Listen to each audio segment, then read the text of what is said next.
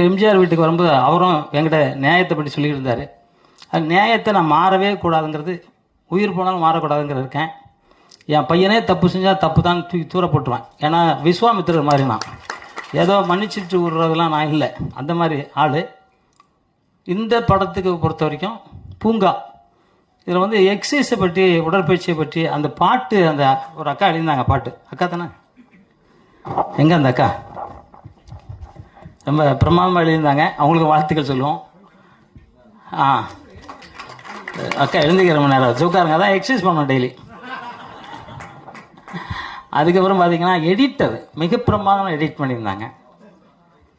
Dance master ரொம்ப அற்புதமாக பண்ணியிருந்தாங்க. அதை உயிர் ஊட்டினவர் கௌசிக் தம்பி.